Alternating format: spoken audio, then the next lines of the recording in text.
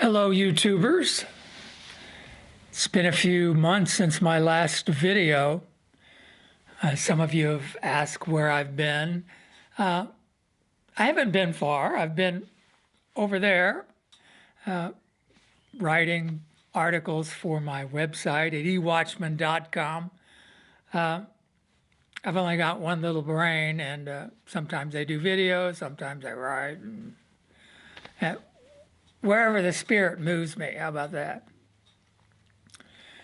Well, we're in the, what is this, like going on the third month of the coronavirus lockdown.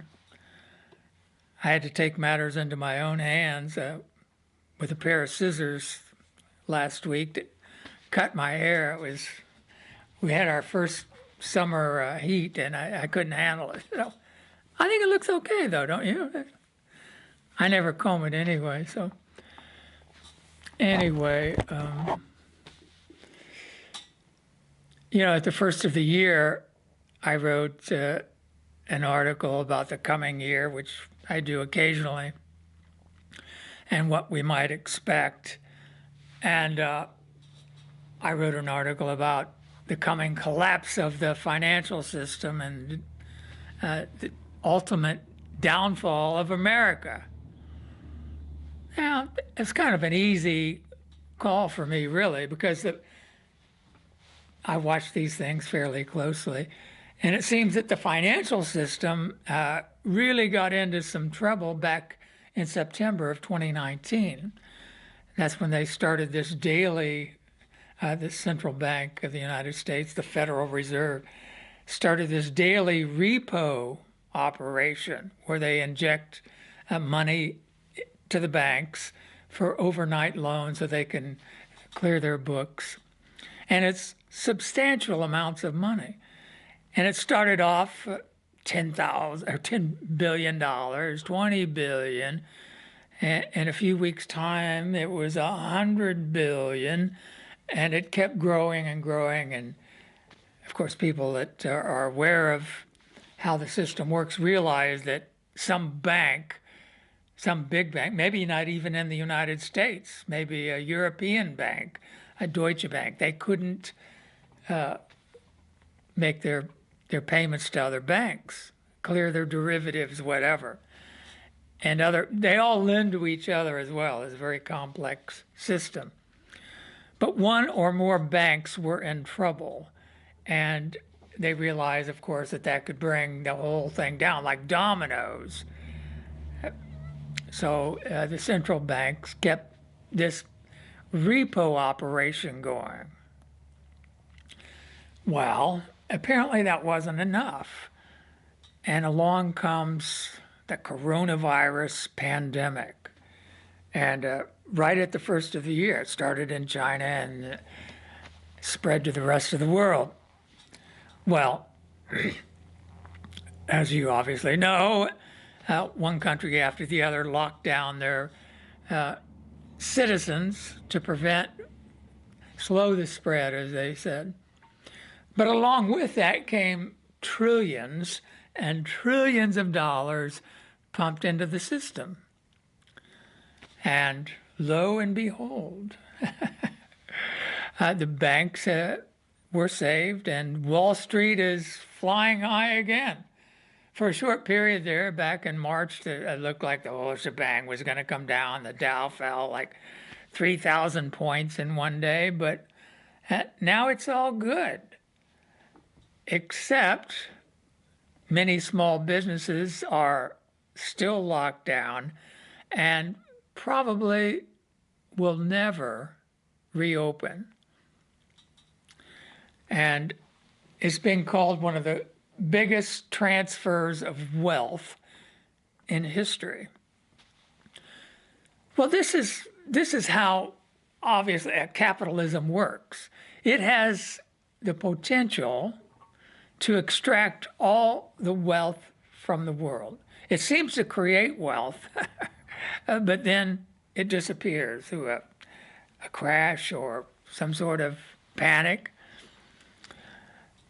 And this is exactly what we can expect. A total bankruptcy of the nations, the world, corporations, and citizens.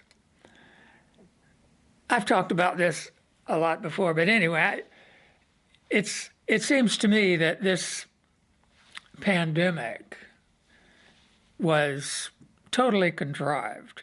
Whether the virus was manufactured in a laboratory, perhaps, even probably. It's not like it's some far-fetched thing. That there are bio labs that produce all sorts of deadly virus for research. Yeah, right. So anyway, the timing is very interesting, right as the financial system was coming undone. And also in the United States, it is a crucial election year. And certain powerful entities have declared that Donald Trump is not to be reelected because it may hurt their system. Donald Trump campaigned on the promise of restoring peaceful relations with Russia and China. And it's been the policy of the British Empire to prevent that very thing. And they've been acting to enforce that policy for many, many years, decades. Just a brief history lesson. If you recall, during World War II, the United States was allied with Russia, with the Soviet Union, with the communists, in order to defeat Hitler and the Nazis.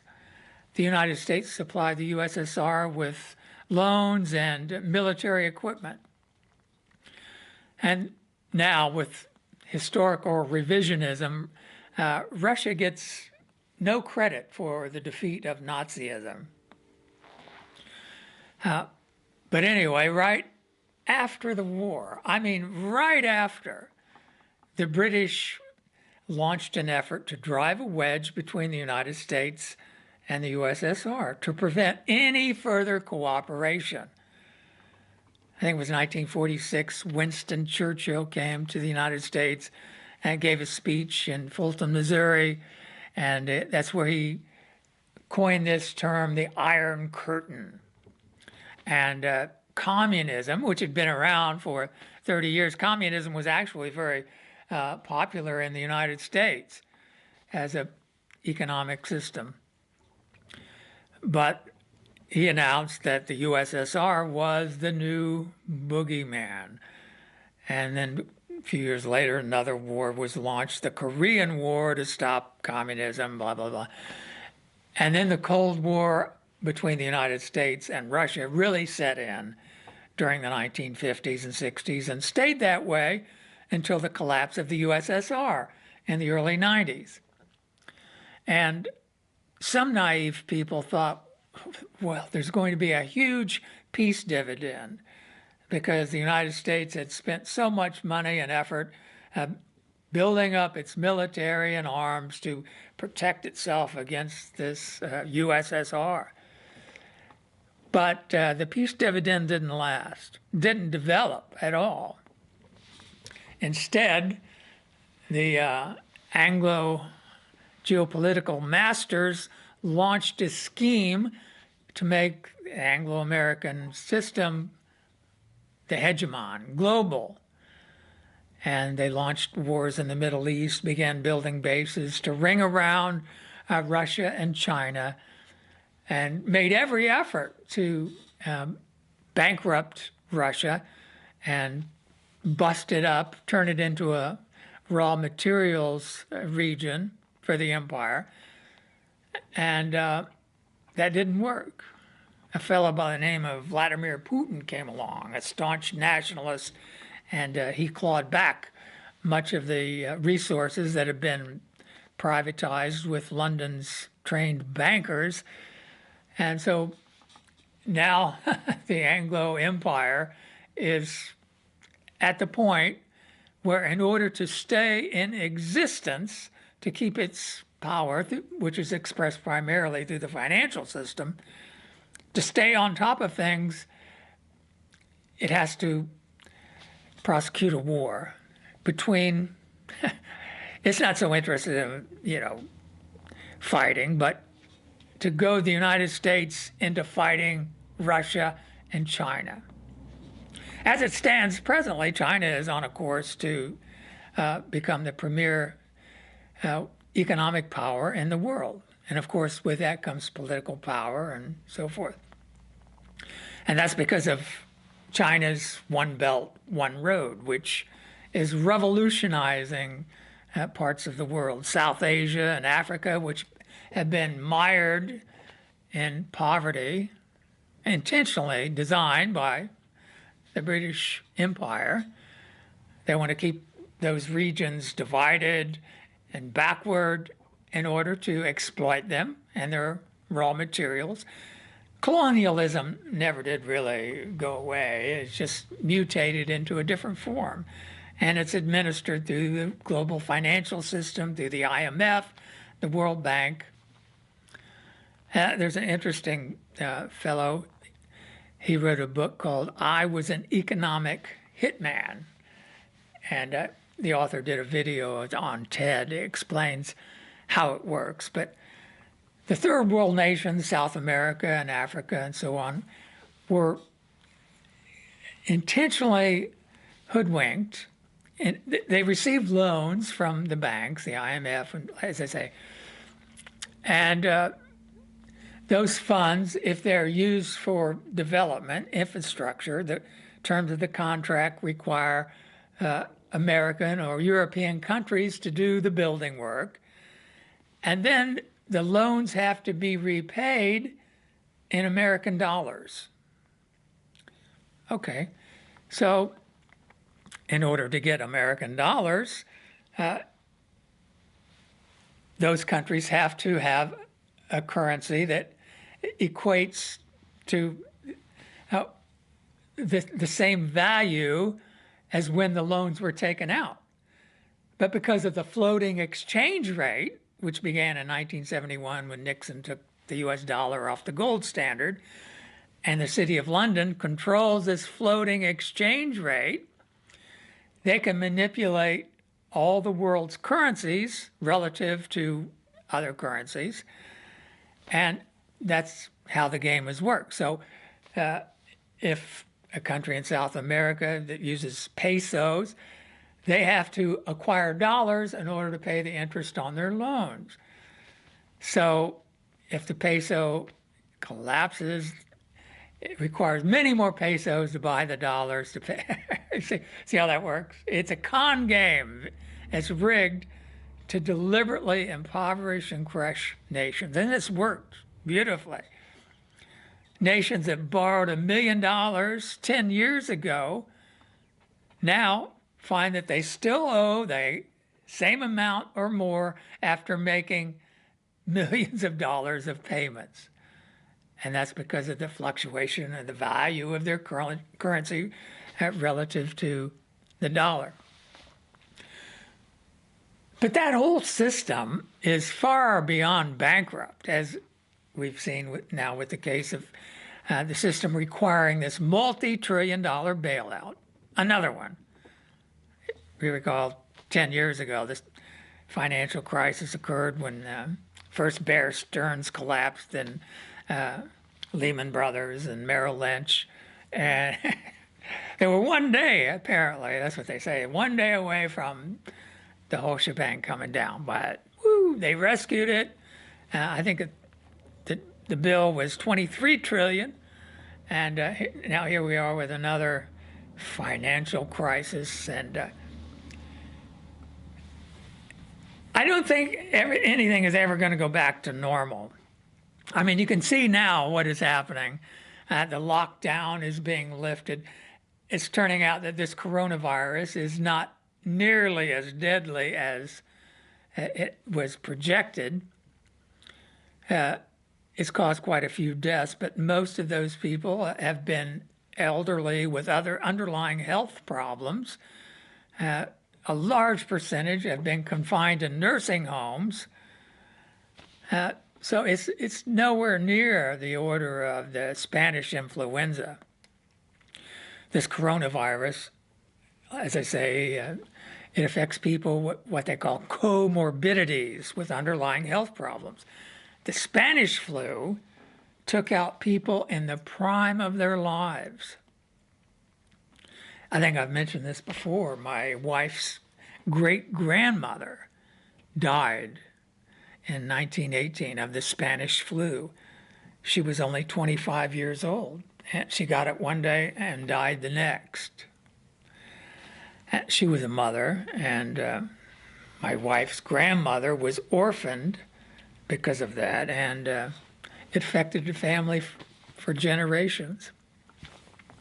Anyway, quite a difference between that pandemic and this pandemic. But anyway, right now, as the lockdown is easing, people are anxious to get back to work. Ain't happening. Police brutality was the spark that triggered. Now it's gone global. People are rioting in Paris because a black man was murdered by a policeman in Minneapolis. And of course, there are provocateurs. That's how this thing works. There are agents that have been trained. This ANTIFA is supposed to be anti-fascist. Some of these fellows were trained in terrorist techniques down in Venezuela and are now being deployed under the guise of protesting police brutality. So this is another operation by the empire. For all intent and purpose, it is at war. There's no declared war. This isn't like a regular war where, we declare war upon Germany. It ain't how it's working this time. It started off very gradually with cyber wars and economic wars and propaganda wars. And now it's heating up into